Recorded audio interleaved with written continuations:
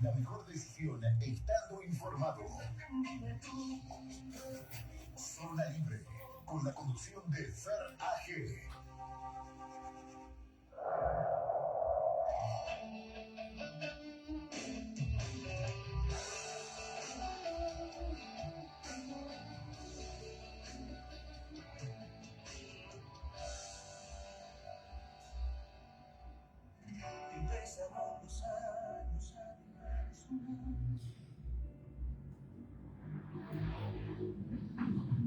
En medio de toda esta desolación que se vive en la República Argentina frente a este sanguinario hecho de inseguridad de parte de un grupo narcocriminal con ramificaciones en el Perú, precisamente vamos a estar hablando con un experto en el tema de seguridad y defensa nacional, y precisamente vamos a estar hablando con el general del Ejército, Wilson Barrantes, que es un exdirector de la Dirección Nacional de Inteligencia del Perú y es un analista político también. ¿Qué tal, general Wilson Barrantes? Lo saluda Fernando Aguinaga desde la 103.5 FM Radio La Ciudadana desde Buenos Aires, Argentina. Hola. Hola, hola, hola. A ver, vamos a una pausa porque me parece que el general no está en línea,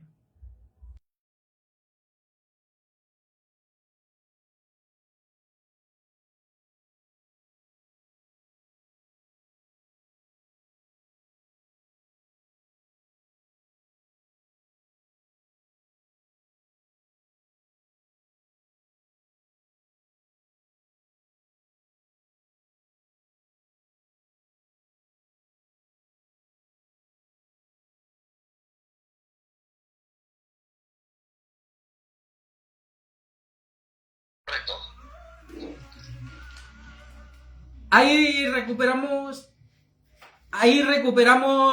al general Wilson Barrantes, consultor de seguridad e experto en defensa nacional y exdirector de la Dirección Nacional de Inteligencia en el Perú y analista político. ¿Qué tal, general Barrantes? Lo saluda Fernando Aguinaga.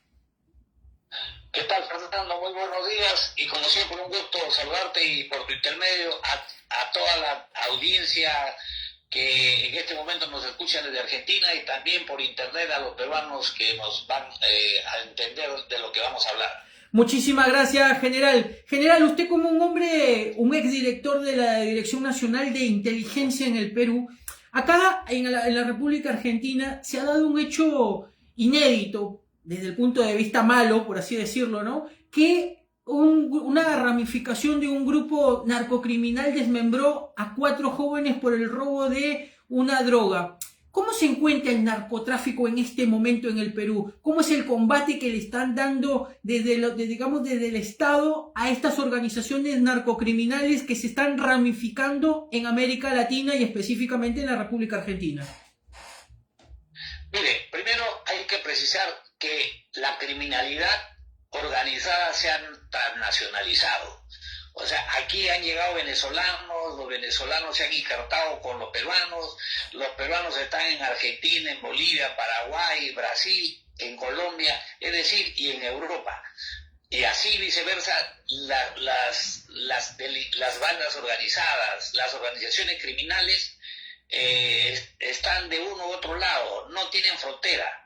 Entonces, lo que ha hecho que en el Perú incremente el narcotráfico como en Colombia, que son los dos países mayormente productores de clorhidrato de cocaína, es justamente los injertos que hemos recibido, los injertos que han venido, la criminalidad que ha venido de Venezuela y de todos los otros países, porque ¿sabe qué pasa? Por encima del narcotráfico hay una amenaza que es mucho más brutal y peligrosa que atraviesa el Estado peruano y algunos estados en mayor o menor medida. Me refiero a la corrupción e impunidad.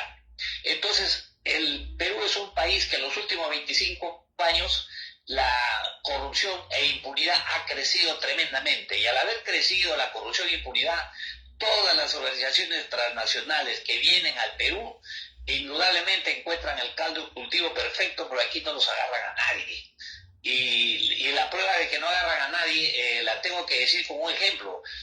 todos los delincuentes peruanos que hoy día prueban condena han sido capturados en Colombia, en Venezuela, en Paraguay o en Argentina o en Chile, pero ningún delincuente de alto rango en la criminalidad ha sido capturado en el Perú. Ya eso le da a usted un indicador. ¿Ya? Entonces, cuando hablamos de narcotráfico, aquí en el Perú, si bien es cierto, sembramos menos hectáreas que Colombia. Colombia aproximadamente 225.000 o 230.000 hectáreas. Ya, el Perú sembrando menos de 100.000 a 150.000 hectáreas, 120.000 dicen algunos, el Estado reconoce que son aproximadamente 100.000. Entonces, imagínense por qué el Perú es el primer exportador de clorhidrato de cocaína. Y es el primero porque la hoja de coca tiene el más alto grado de alcaloide en el Perú por su microclima. El Perú tiene 84 microclimas de los 102 o 104 que hay en el mundo. Entonces, la hoja de coca en los valles interandinos, en la selva intermedia, en la selva oriental intermedia, que está a unas alturas de 1.400, de 1.000 a 1.500 metros, la hoja de coca crece, pero también el microclima hace que la producción de hoja de coca en una hectárea sea de 6.000 kilos por cosecha aproximadamente, de los 2.500 que teníamos antes del 2000. Quiere decir que ha mejorado la tecnología, se ha mejorado la semilla y hoy día tenemos una alta rentabilidad de coca en el Perú, produciendo menos hoja de coca, sembrando menos hectáreas de hoja de coca. En realidad producimos más clorhidrato de cocaína, exportamos porque es mejor el clorhidrato de cocaína del Perú que de cualquier otro país de América, de la selva amazónica, ¿no? Entonces nosotros con ese injerto de la criminalidad transnacional, llámese Venezuela, llámese Brasil, el Comando Vermelo, que es conocido, los Tren de Aragua, el primer comando capital también de Brasil, colombianos, y toda la criminalidad ecuatoriana, todos están injertados acá en el Perú y han aprendido. El Perú, la criminalidad existía siempre, pero no era violenta. Ya, con el injerto de los mayormente venezolanos y colombianos empiezan los descuartizamientos. Por ejemplo, a mí me da un indicador de que lo que ha ocurrido en la República Federal de Argentina es simple y sencillamente parte del injerto de la criminalidad transnacional que han aprendido los delincuentes y ahora actúan como actúan digamos en Venezuela o en Centroamérica. El descuartizamiento con cuchillo o con sierra o con motosierra, eso es una acción centroamericana y es una acción mexicana, centroamericana, es una acción venezolana. Entonces, si hemos visto esa criminalidad, quiere decir que el injerto ya se produjo y el propósito de hacer ese tipo de acto criminal terrorista, porque en realidad eso es un terrorismo del narcotráfico, terrorismo de la criminalidad, eso es porque están enviando mensajes a quienes, a la policía, a los que no cumplen con los propósitos del narcotráfico. O sea, es un ajuste de cuenta terrorista, vamos a decirlo de esa manera. Eso es lo que viene ocurriendo. Ese tipo de muertes no había antes en el Perú. Y las primeras muertes que han habido fue causado hace 4 o 5 años por un venezolano aquí en San Martín de Porres, un distrito de Lima, y lo descuartizaron a un fulano. Entonces, como estamos mirando ahora, estos actos ya están siendo exportables. Así que, para todos los efectos, la producción de clorhidrato de cocaína es muy fuerte acá en el Perú, ahorita.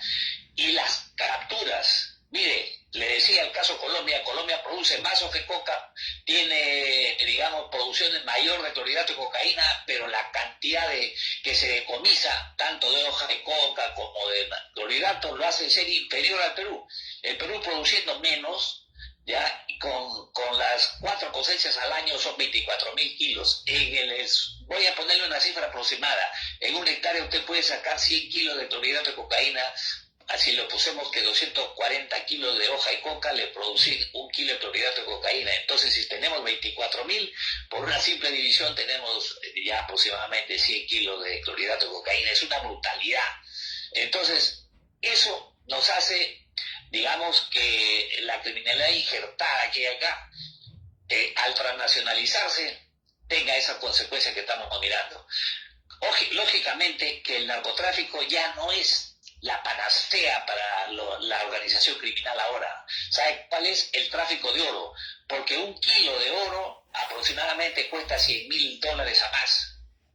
El kilo de oro. Entonces, un kilo de clorhidrato de cocaína acá está $1.000, 1.500. Saliendo de la frontera del Perú, pues, saliendo de los puertos, el portal está a $5.000, pero seguramente que esta la trafican a través de los corredores de Bolivia, Argentina o Paraguay. Ahí ya debe costar pues 2.500 o $3.000. Pero aquí saliendo del puerto $5.000. Entonces, es un dinero que es 20 veces menos o 30 veces menos inferior al precio del kilo de oro. Entonces, hoy tenemos otra amenaza mayor que ha generado mucha criminalidad, es el caso del tráfico de oro. Y entonces tenemos en el Perú, pues, dentro del tema de la criminalidad, dos grandes amenazas, una que es el tráfico de oro y la otra, en menor medida, el tráfico ilícito de drogas. Y entonces los aparatos represores de la seguridad, vamos a decir, como el Perú o cualquier país del mundo, es el poder, la policía, es el Ministerio Público, el Poder Judicial y el Instituto Nacional Penitenciario o el que administra las cárceles en cualquier país del mundo. Esos cuatro elementos, atravesados por una hiper mega corrupción, producen pues lo que estamos mirando, que en la captura de este ciudadano peruano que estaba, digamos, escondido por el Paraguay, ha sido encontrado por la policía de combate al crimen organizado paraguayo. Y lo que avergüenza a los peruanos, y que tengo que agregarle aquí esto, avergüenza a los peruanos, que el propio jefe de la Dirección de Investigación Criminal del Paraguay dice que la vez anterior que comunicaron la ubicación del monstruo para capturarlo, inmediatamente recibió el dato y se fugó. Hoy día ya sabemos que en esta segunda oportunidad de la captura no le han comunicado nada a la policía peruana. Capturaron directamente. Cuando ya lo tenían cercado para romper la ubicación y atraparlo al delincuente, recién le avisan. Y al minuto aproximadamente de que le han avisado, comenzaron a prenderse las luces de la casa para que el hombre se fugue, pero ya lo tenían cercado. Conclusión, el propio director coronel de la policía paraguaya dice que no le avisaron porque tenían temor de que delaten lo que le habían comunicado y se fugue. Ya, ese es un problemón. General, una consulta. Usted, con toda la información que usted maneja, ¿qué opinión tiene de la Policía Nacional del Perú frente a esto que me está comentando? Mire, y le agrego que si han viajado 3 policías a Paraguay y en un diálogo por demás, vamos a decirle, no sé cómo, a ver, la interpretación la van a ver ustedes. El jefe de la policía le dice al delincuente el alias del monstruo, Arellano. Entonces, ¿qué le dice? Le está diciendo: yo te canjeé un detenido tuyo por un secuestrado. Es verdad, sí, eso lo escuché. ¿Cómo puede decirle un jefe de la policía? Y encima general, y encima le dice: yo te avisé que tenías que cambiar, que tenías que ser un hombre de bien, por eso te tuvimos suelto, le dice. O sea, más parece un diálogo entre delincuentes de dos mafias que un policía y un delincuente. Sí, pero el mensaje, ¿sabe cuál es? No me vayas a delatar, compadre, porque yo sí te apoyo. Y si te han agarrado no ha sido culpa nuestra, porque yo te avisé. ¿Ya? Y ¿sabe quién? Un informante delata la ubicación a la policía paraguaya y lo capturan. O sea, disculpe usted, el tonteo, el cojudeo, como decimos acá, de que nuestra policía nos decía de que ellos han capturado al monstruo, que han participado en la captura del monstruo, es una locura. Nada de eso ha ocurrido. El dato de la ubicación lo dio el informante paraguayo a la policía paraguaya. O sea, aquí la policía no tiene ni miércoles que ver en esta vaina. O sea, en pocas palabras, la corrupción institucional que hoy hay dentro de lo que es la Policía Nacional del Perú es galopante, a tal punto que le dan soporte técnico y logístico a los delincuentes que se encuentran fuera del país. Claro, no solamente soporte técnico, bueno, logístico sí, porque le dan las armas, le facilitan información, le advierten, y además lo que queda claro también para el imaginario de todos nosotros, que esa información tiene un costo, pues yo no le voy a dar nada gratis, entonces te estoy cobrando. Ese es el tema. Mire, y aquí quiero agregar algo que el propio ministro del Interior del Estado peruano habló y dijo que los delincuentes peruanos son mejores que los delincuentes extranjeros, porque los peruanos, queda como conclusión, los puedo arreglar, pero a los extranjeros no. Entonces aquí viene el problema.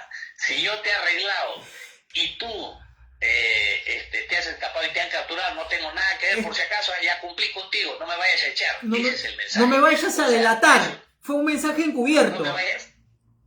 No me vayas a delatar, no me vayas a hacer público nuestra ayuda. Ese es el mensaje. Pero general, usted como un hombre de inteligencia sabe muy bien que existen reglajes para poder seguir y capturar a determinados personajes que pueden ir en contra de lo que es las instituciones tutelares. Entonces, ¿no existe en este momento un reglaje para poder, digamos, accionar y capturar a estos personajes? O digamos que ya, digamos, la Dirección Nacional de Inteligencia actualmente no maneja ese tipo de información y pasa por encima de determinados, digamos, superiores, digamos, generales que malversan la información y la venden al mejor postor. Claro, es que lo que está ocurriendo, y por eso puse de entrada, y es necesario que se interprete así, no solamente en el Perú, en muchos de los países, la principal amenaza que atraviesa América Latina, claro, de México hasta el sur, es justamente la corrupción. Y la corrupción no viene sola, viene de la impunidad. Es decir, que no me va a pasar nada, que entonces bajo ese marco se estructura verticalmente la corrupción. Eso alcanza a los ministros del Interior, alcanza a los jefes de la policía, alcanza a las organizaciones que combaten el crimen.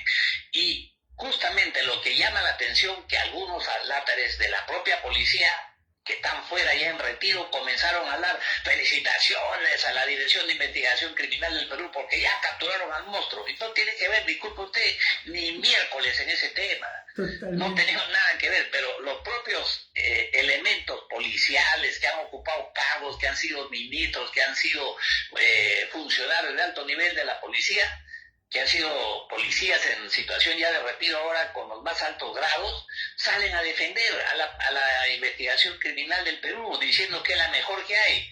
La mejor que para corromperse, para arreglar, para presembrar pruebas, para hacer de todo. Pero entonces hay un contubernio entre la policía, los altos mandos en retiro o en actividad, y digamos, y personal subalterno, y estos, digamos, personajes nefastos que avergüenzan, digamos, a los peruanos de bien, digamos, estos narcotraficantes o estos delincuentes que internacionalizan, digamos, la narcocriminalidad. Claro. Mire, yo le voy a decir una cosa. Nosotros venimos hablando desde el 2010 a la fecha que en el Perú no existe otra amenaza que no sea la corrupción y la impunidad, el narcotráfico y el tráfico de oro. Eso siempre lo hemos sostenido. Pero lo que nos llamaba la atención, en el Perú hay una organización dentro de la policía que se llama Dirección contra el Terrorismo. Un gordo panzón de apellido Arriola, que ahora es el jefe de Estado Mayor, decía que Perdón, general, no sea tan malo, gordo, panzón y es general, pero no lo sacan a hacer un poco de ejercicio, el payaso ese. No, es que tengo que decirlo así, porque ese miserable mal hijo de patria se le ocurrió acusarnos al personal que estábamos trabajando en la Dirección de Inteligencia que éramos miembros del partido de Sendero Luminoso. ¡Qué estúpido! ¡Pobre diablo! Y por suerte que ya terminó ese proceso, le hemos ganado. Y mire, todos los que de alguna forma se han metido conmigo, disculpe usted, se han muerto. Pero por desgracia no los he matado porque hubiera tenido el gusto de ponerles un tiro para ejecutarlos.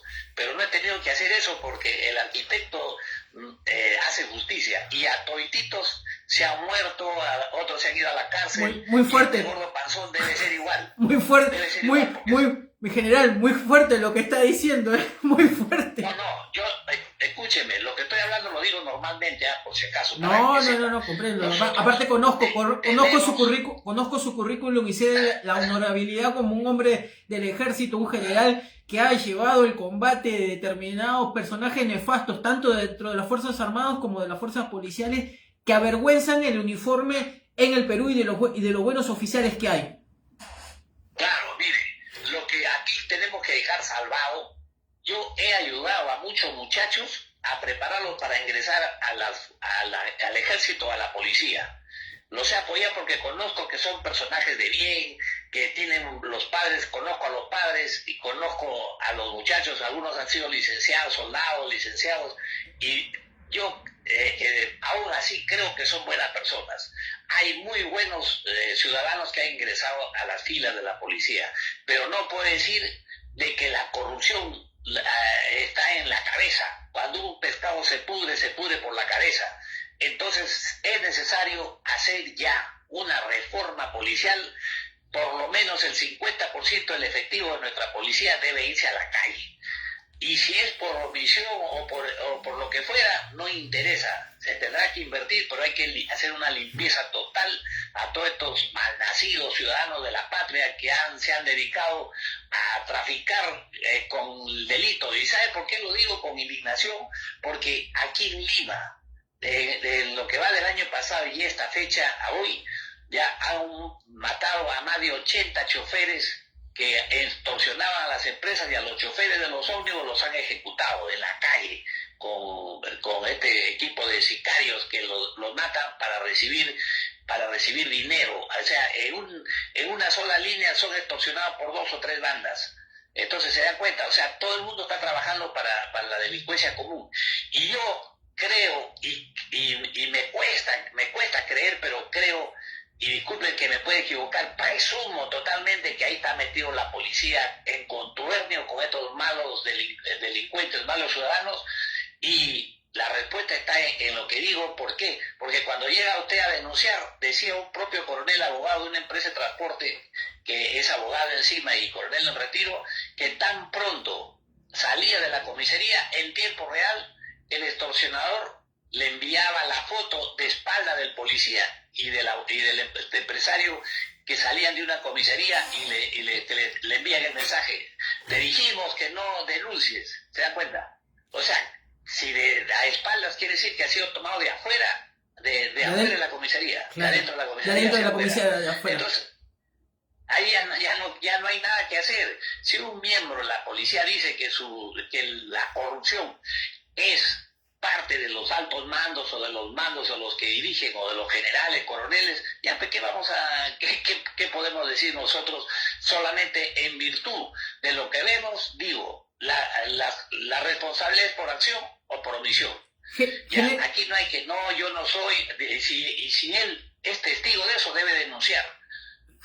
Mi exhortación es a que denuncien la corrupción. Es parte del programa que queremos nosotros colocar del programa político, colocar como premisa: denuncia la corrupción de tus mandos o de tus compañeros o de los que quieras, pero no puedes seguir haciendo metástasis las instituciones, en este caso de la Policía Nacional, que ya digamos, esto es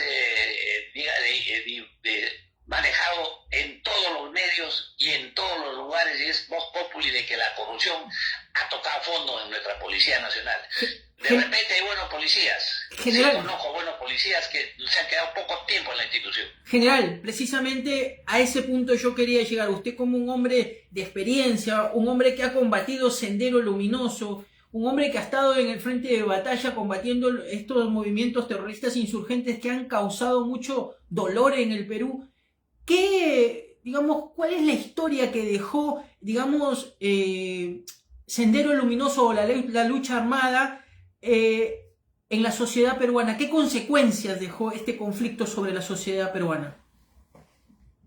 Mire, cuando surge Sendero Luminoso el 17 de mayo de 1980, en un pueblito de acá de la localidad de Ayacucho, ¿no? de Chuchi, una localidad cercana a Huamanga, ¿qué es lo que pasa? Irrumpe porque habían las denominadas condiciones objetivas. había una pobreza extrema que llegaba en algunos departamentos del Perú a 84, a 70 o 64% pobreza extrema. Ahí las familias tenían 11, 12 hijos, pero solamente alcanzaban la mayoría de edad, el promedio de 4 o 5. Entonces, ese clima, entre otros, de pobreza extrema, había el gamonalismo, había el latifundio, y el peruano que tenía empresa era maltratador. Usted va digamos, la estación de Desamparados acá cerca a Palacio de Gobierno, hay una foto de Manuel Prado, cuando uno de los campesinos que retornaba en el denominado Tren Macho, que viene desde Huancavelica, Junín hacia Lima, ya se acercaba a Palacio y se arrodillaban para darle la mano, para que saludara al presidente. Y luego él los volvía a subir y los regresaba. Estos cholos de miércoles no pueden estar aquí en Lima. Eso era el Perú, una discriminación extraordinariamente profunda. Entonces, eso es lo que sucedió el año 80. El Sendero prácticamente llega al año 88, 89 derrotado militarmente. ¿Y sabe quién lo derrota en particular? Muy aparte del ejército, muy aparte de los comités de autodefensa, el narcotráfico. El narcotráfico fue el golpe moral que le cayó a todos. Corrompió a las fuerzas del orden, corrompió también al Sendero.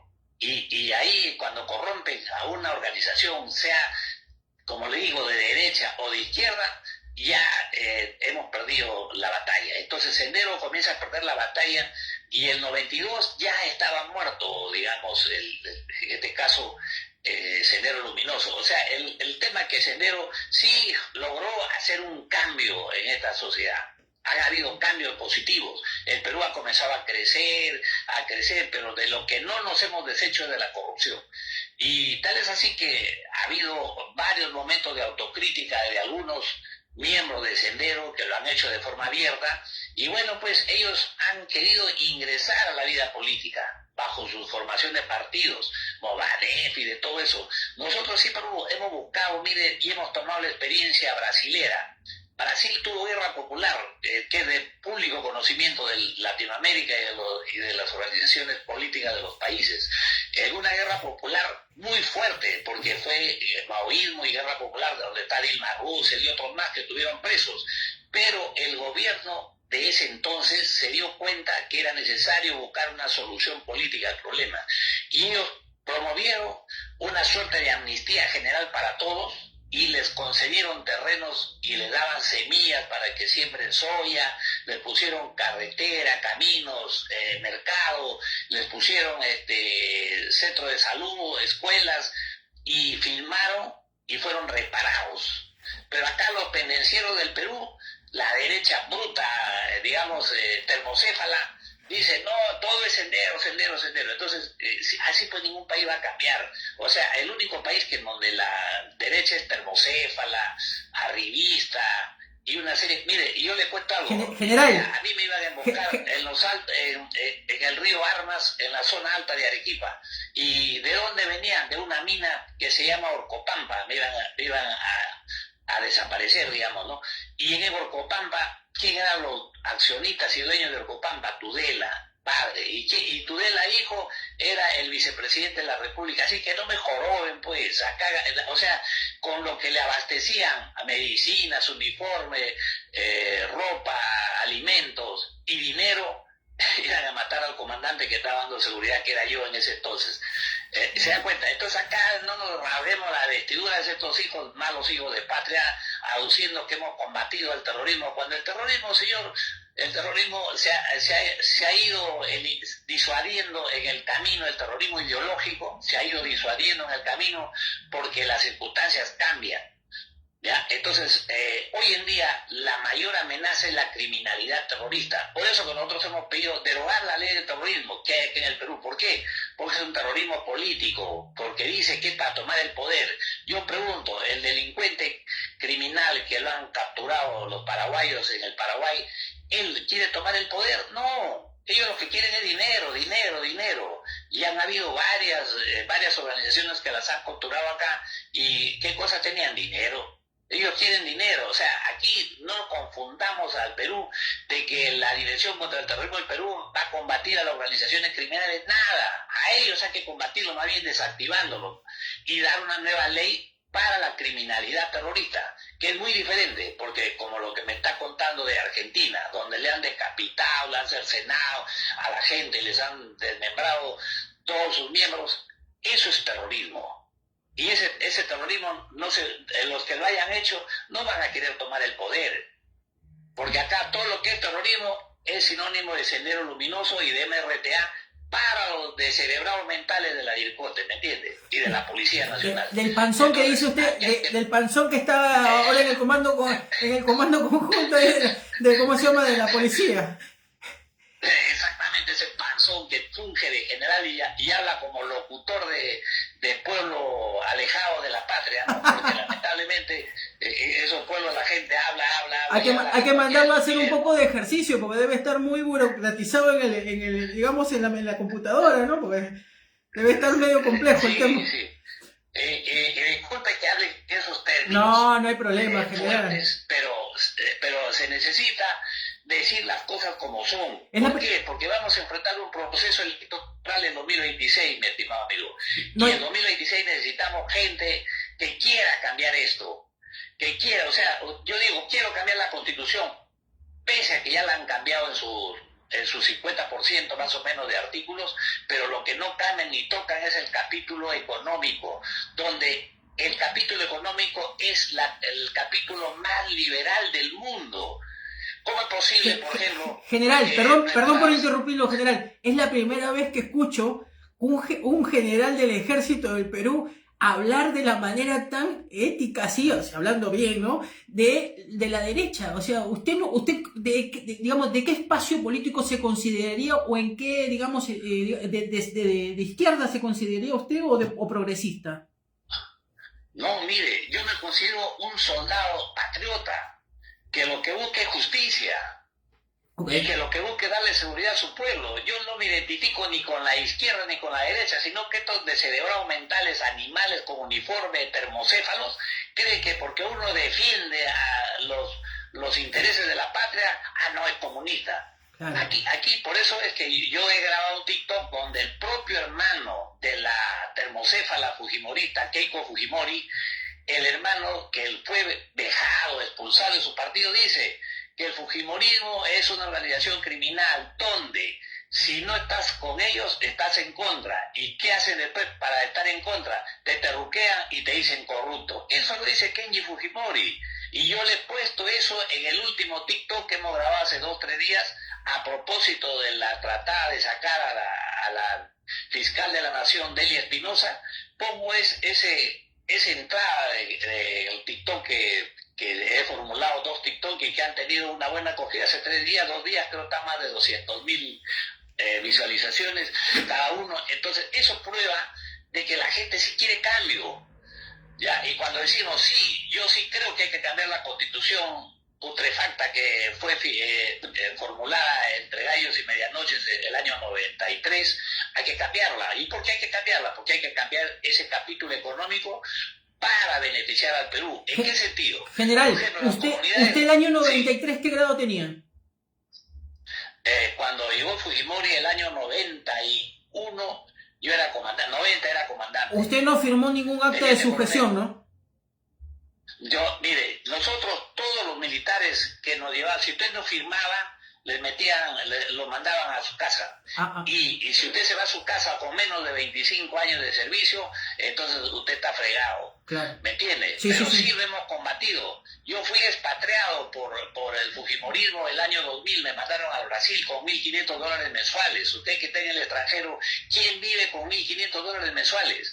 Y menos en Brasil, cuando el coste de vida, un real igual a dólar, 2.000 reales o $2,000 mensuales. ¿Ya? ¿Por qué? Porque desgraciadamente el padre de mi esposa fue postulante al Congreso de la República y salió elegido congresista. Entonces se me atribuía que yo era el culpable de que Toledo haya llegado porque le he hecho el plan de gobierno. Pura estupidez de la competencia de termocéfala que tenemos acá, de camaradas de armas, pero como le digo, para tranquilidad de mi familia, todos esos bandidos se han muerto solos, como decimos acá, se ha morido solo, nadie lo ha matado, ¿me entiendes? Mi general, usted se está presentando como candidato, cuéntenos un poco como qué partido y a qué se presenta en las próximas elecciones que van a haber en la República Hermana del Perú. Mire, nosotros hemos sido invitados ya a un partido político que se llama Podemos Perú. Nosotros, parte del colectivo verde, que somos los que estamos preparando un plan de gobierno para que cualquiera lo recoja y hagan el cambio de las partes de seguridad y defensa nacional, y nos han invitado, aceptando nuestras propuestas, en este partido político que se llama Podemos Perú. Entonces, ahí, en mi condición de conocedor de la realidad y de toda esta vaina nacional del Perú, y que conocemos muy bien los aspectos de seguridad y defensa nacional, estoy postulando para ser precandidato al Senado de la República o estar en la plancha presidencial si Dios quiere. Pero eso nos permite llevar una voz de patriotas, una voz de recuperar lo mejor de Velasco, lo mejor de todos los gobiernos, lo mejor, porque al fin y al cabo sí hay algunos que han dado buenas pautas para mejorar el Perú, y dentro de ellos recogemos lo que hizo Velasco, recogemos lo que hizo Díaz, dio el voto a la mujer, y todas estas cosas que han habido a lo largo de la historia, lo que hizo el mariscal Ramón Castilla, y ha habido varios patriotas que han dado, pero ha habido traidores como Leguía, que entregó Leticia, ha habido traidores como Nicolás de Piérola, y hay una avenida que mantiene su nombre.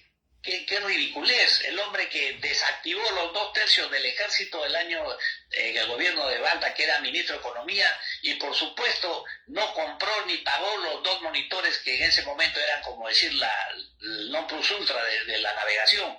Y no lo hizo, ¿por qué? Porque en plena guerra teníamos a Mariano Ignacio Prado, que era general de división del Ejército de Chile, con resolución suprema, con sueldo y honores militares chilenos. En plena guerra se fugó.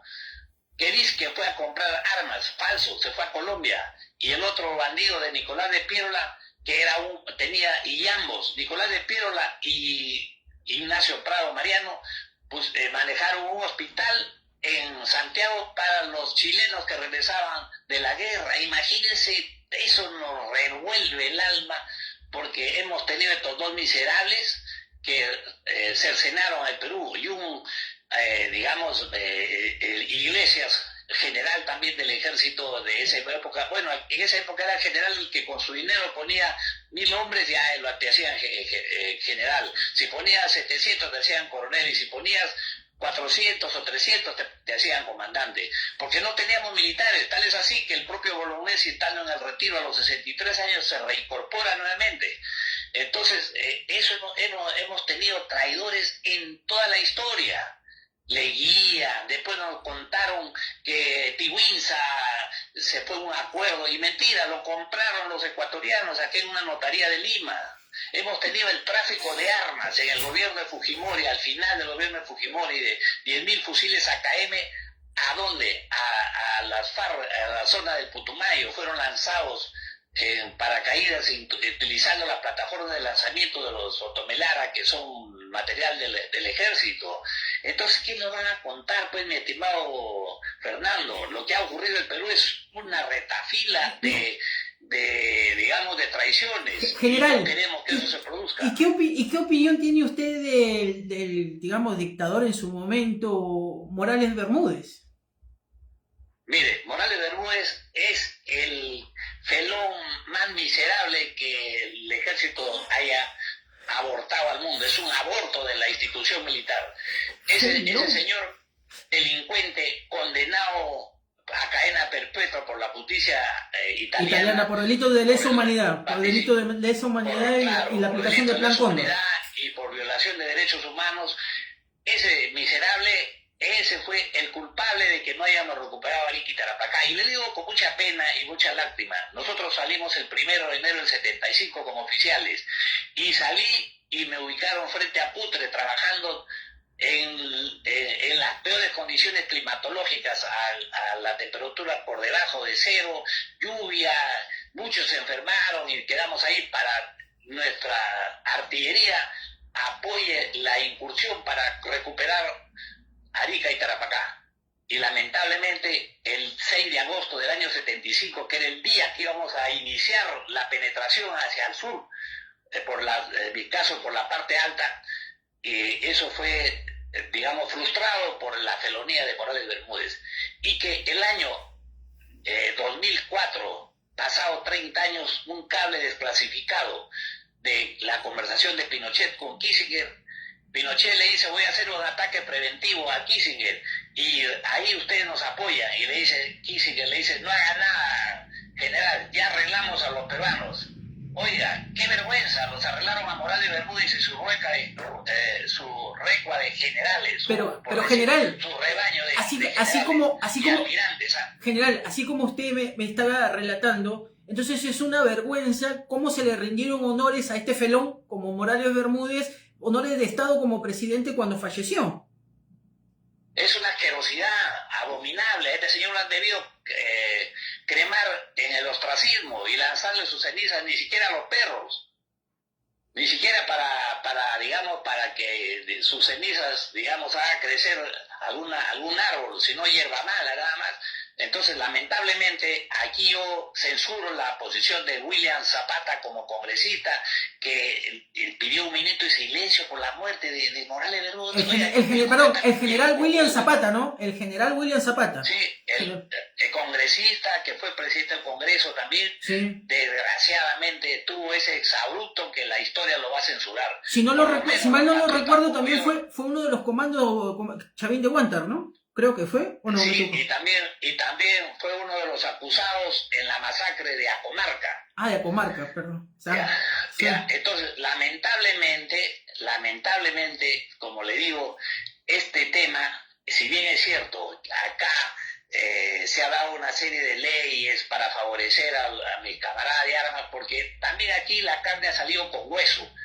Ya, y yo siempre he sustentado que a partir del 80, de 1980 al año 92, hice yo un estudio, porque teníamos muchas denuncias de violaciones que cometían los oficiales jóvenes en las zonas de emergencia. Habían abigeato, violaciones, abandono, fuga, etcétera, etcétera. Pero la razón de fondo es porque no había interés de los ciudadanos del Perú a servir en la Fuerza Armada, porque podían morir, porque el sueldo era muy bajo, bajísimo. Con Belaúnde los bajó mucho y con Alan García terminamos hundiendo. Mire, yo he sido comandante el año 90 de una unidad de artillería, una unidad de cohetes que hoy día, a Dios gracias, todavía está vigente, porque hemos visto en Ucrania los lanzadores múltiples de 40 Gopher. Eso fui yo comandante el año 90. Entonces lo digo con pena, porque ¿sabe qué pasa en el desayuno? ¿Qué comía mi tropa en el desayuno? Agua media oscurita de café, café a la olla que le llaman, pero así casi con un poquito de azúcar chuma, como dicen acá, y un camote, una papita. No había ni palpán. Entonces me viene a mí a decir ahora de que nosotros que hemos combatido, ¿quién miércoles ha combatido si los que hemos combatido somos pocos? Porque era quizás el 15% de la Fuerza Armada, del Ejército. Y escucho a marinos que se rasgan las vestiduras, que hemos combatido. Y yo pregunto, ¿a quién ha combatido? ¿Y qué película te has quedado viendo de combate? Ya eso ya no pasan ahora. De Vietnam, ¿de dónde será? Pero aquí en el Perú no los hemos visto. El 85% del territorio del ejército estaba empeñado, y obviamente han habido una serie de actos pues que lamentablemente arrastra a un montón de gente, y dentro de eso también puedo decir que ha habido pues el shock postraumático, algunos que se han se han disparado sus niveles de sociópatas o digamos de asesinos, ¿no? Porque eso es lo que hace cuando se les dispara una situación y su estado de nivel psicológico es nivel 5, ni siquiera 1, ni 2, ni 3, nivel 5, casi por decir al borde de un lumpen. Eso hemos tenido en la Fuerza Armada y en la policía. General, no nos olvidemos. La verdad que conversar con usted, que ha sido exdirector de la Dirección Nacional de Inteligencia del Perú, nos está dando una clase magistral de cómo es la política y cómo es dentro de las mismas instituciones militares y también policiales, cómo hay ciertos personajes nefastos que para la sociedad y para algunos determinados espacios políticos o algún espacio de la sociedad son como, digamos, generales ilustres, casi impolutos, pero son personajes nefastos que oscurecen y ensucian digamos, el honorable ejército del Perú y digamos, el uniforme que muchos legítimos, digamos, oficiales han dado su vida por ello, ¿no? Claro, y mire usted, y no hablemos, porque me dice, tú criticas a la policía, no señor, ven mi institución, compañeros de promoción vinculados al tráfico de gasolina, a uno de ellos lo han condenado a 5 años y ahora el descerebrado mental sale a decir que es inocente, y cuando ya ha tenido una sentencia consentida, ¿será un general en la cárcel. Un general de la zona allá del sur? Claro, el general Donaire, para decir con nombre, sí ha sido mi compañero de promoción, pero es un delincuente, porque todo el que ha sido condenado delincuente y les engaña saliendo a decir que va a demostrar su inocencia, no me jodas, disculpa la expresión, has debido demostrarle tu proceso, qué inocencia si te han robado el combustible. Claro, es interesante hablar con usted, general, la verdad que no. Está hablando de un general y jefe de comando conjunto, ex general, jefe de comando conjunto, claro, ¿fue? Donaire. Del ejército, jefe del ejército. Pero dígame, ha llegado, ¿por qué llegó? Porque como Alan García no era cualquier ignorante, agarró a los más idiotas, los pone de generales, ¿para qué? Para poder manejarlos. Ya, y así los manejaba. Y le voy a contar una anécdota. Un día a Alan García se le cayó un poquito de esta crema con pancito de palta, se le cayó en el zapato y el inefable agarró, se lanzó al piso a limpiarle la bota y le decía a los generales de la fuerza, de la Marina y del Ejército, oye, ¿y por qué no lo limpian? El señor presidente, miren, no quiere limpiarlo, también usted mire, qué vergüenza, ese tipo de miserables de jueves ya, porque ni siquiera de miércoles, ¿no? Hemos tenido en la patria, ¿no? Pero... O sea, eso es la historia negra. Entonces cuando uno habla así dice, no, ese es terruco, porque ya Kenji Fujimori ha dicho, o eres terruco o eres corrupto. Como no me puede decir corrupto porque yo vivo en una casa de interés social del ejército, ya, y que lo estamos pagando todavía de aquí a 10, 12 años más, entonces, ¿qué me van a decir? No, en mi casa no hay cebolla, no hay arroz, ni mis muebles son comprados por mi esposa que trabaja y yo, ¿me entiende? Aquí nada huele a cebolla ni a carne de cuartel, entonces ni a gasolina. Esa es la realidad. General, usted sí que tiene bien puesto el uniforme, mis respetos, mis respetos. Y le digo, me quedé 7 años de general porque cuando me quisieron sacar de la institución le dije al más alto grado y a todos los que estaban en el consejo, los miserables que han sido, delincuentes que han sido. ¿Y qué cree que pasó? ¿Qué ha pasado? Al final terminé mi carrera y estuve 7 años de general. O sea, a mí todo me ha costado. Y digamos, lo único que el favor de Dios y encontrar una puerta abierta en Podemos Perú. Y lo mismo que hablo, se lo comparto a ellos, y lo que puedo hablarlo en televisión lo digo, y lo que puedo hablar en radio también lo digo. Por eso es que se necesita trabajar sobre 2 bases, la justicia y la seguridad, 2 pilares fundamentales. Este país demanda justicia y demanda seguridad. No es posible que el 75% de la gente sea informal en este país. ¿Sabe por qué? Porque todo el camino para formalizarse cuesta, y obviamente detrás de eso hay corrupción, entonces nadie se formaliza. Y por supuesto el tema de seguridad, porque tenemos que darle la seguridad. ¿Quiénes son los que están muriendo? Son sector DE, la gente más pobre. A ellos los extorsionan, a la tiendita, al mototaxista, por no pagar 5 soles, lo matan, lo ejecutan. O a la señora que maneja el puesto del mercado, por no dar 3 soles, la matan. Díganle, ¿eso es justo que los más pobres de este país estén siendo matados por el crimen organizado? Y la pregunta es, ¿por qué no chocan con los grandes intereses, con los malls, con los intereses de los bancos, etcétera? ¿Saben por qué no chocan? Porque alguien les dice, no choque con ellos porque nos van a meter a la Fuerza Armada, al Ejército, y ya nos sacan del mercado a nosotros. Eso es lo que pasa acá. Por eso que hay que refundar nuestras fuerzas de seguridad del Estado, hay que refundarlas, hay que reformarlas, y hay que votar a los bandidos. Por eso que este señor monstruo es una monstruosidad lo que va a hablar y es necesario protegerlo para que hay hable. que tenerlo con vida, hay que tenerlo con vida, porque este va a cantar hasta el Ave María Purísima para los católicos. Claro, y mire, qué curioso, tan pronto lo detuvieron, 3 oficiales de la policía de la Divín que han ido a entrevistarlo. ¿Para qué? ¿Cuál es el apuro? ¿Estás apuradito? ¿Por qué no lo capturaste acá en el Perú? ¿Por qué intercambiabas información? No joroben, pues. Así que compatriotas que están en el extranjero, los que me escuchan de Argentina, hablen ahora o callen para siempre, pero les recomiendo que hablen, porque es mejor hablar que callar. Ese es el peor de los pecados de un ser humano con dignidad, que hace callado frente a la corrupción, frente al narcotráfico, al tráfico de oro. Porque la gente, ¿por qué trafica el oro? Porque la gran minería, la ley dice que la gran minería me dio un papelito que me autoriza a trabajar la tierra, y díganme, ¿la tierra no es de ellos? O sea, ¿qué tal conciencia? Sale una ley que le llaman reinfo hecha por la gran minería para que la minería me dé permiso. Saco mi tonelada de tierra y tengo que llevarlo a su concentradora de oro y me dice, no, por tu tierra hemos sacado solamente 10 gramos y te voy a pagar $50 de los 100 que cuesta el gramo. Y si tú no quieres, te mando la moto, te mando a la policía que te capture traficando oro. Oiga, esa es la patria que soñamos nosotros con la independencia.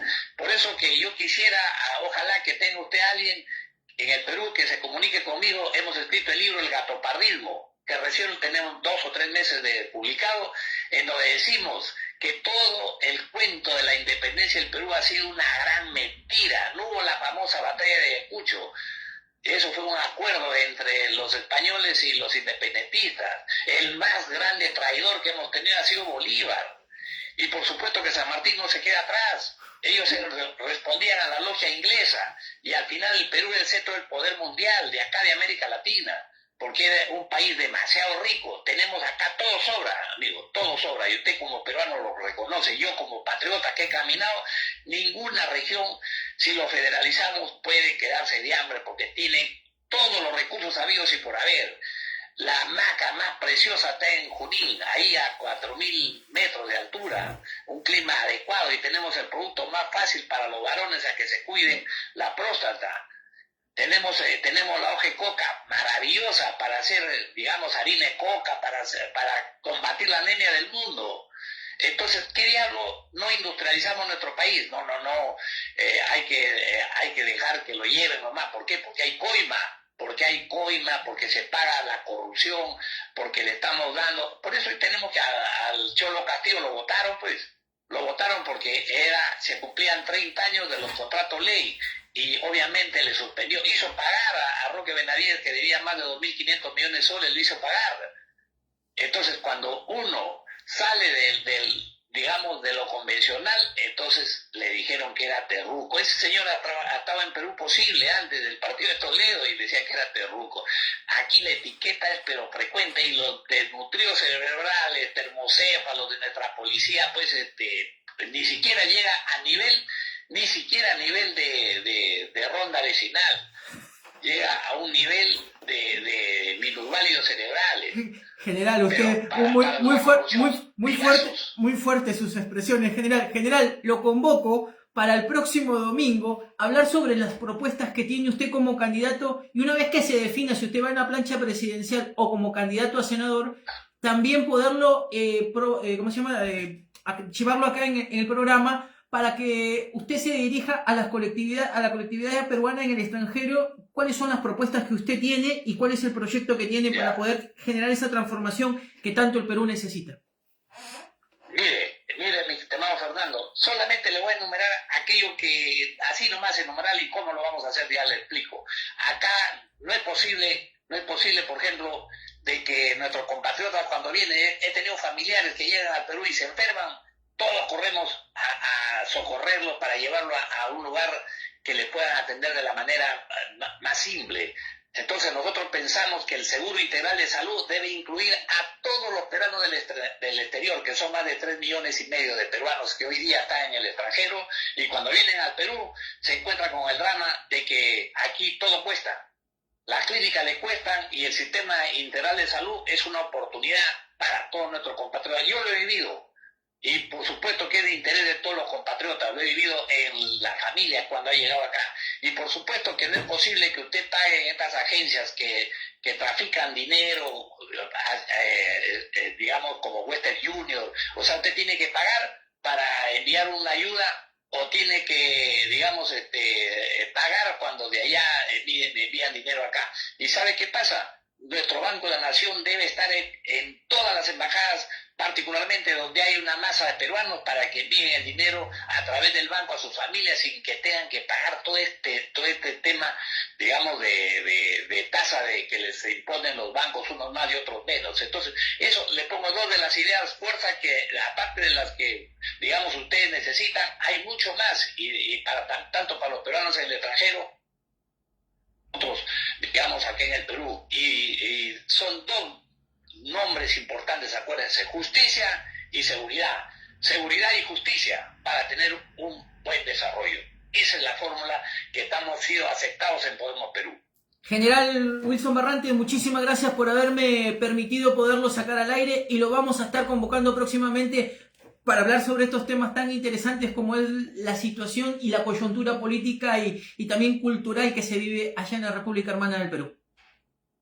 Muchas gracias y saludos a todos los compatriotas y saludos al pueblo argentino. Gracias. Muchísimas gracias. Estuvimos hablando con el general Wilson Barrantes, es director de la Dirección Nacional de Inteligencia en el Perú, el cual nos estuvo detallando y haciéndonos saber cuál es la realidad que se vive actualmente allá en el Perú, y también conociendo aquellos pormenores de todo lo que es, digamos, la parte interna, eso que no ve el ciudadano común, y que nos estuvo comentando sobre algunos generales y algunas experiencias de vida dentro de lo que es la vida castrense. Vamos a una pausa y volvemos con el programa Zona Libre.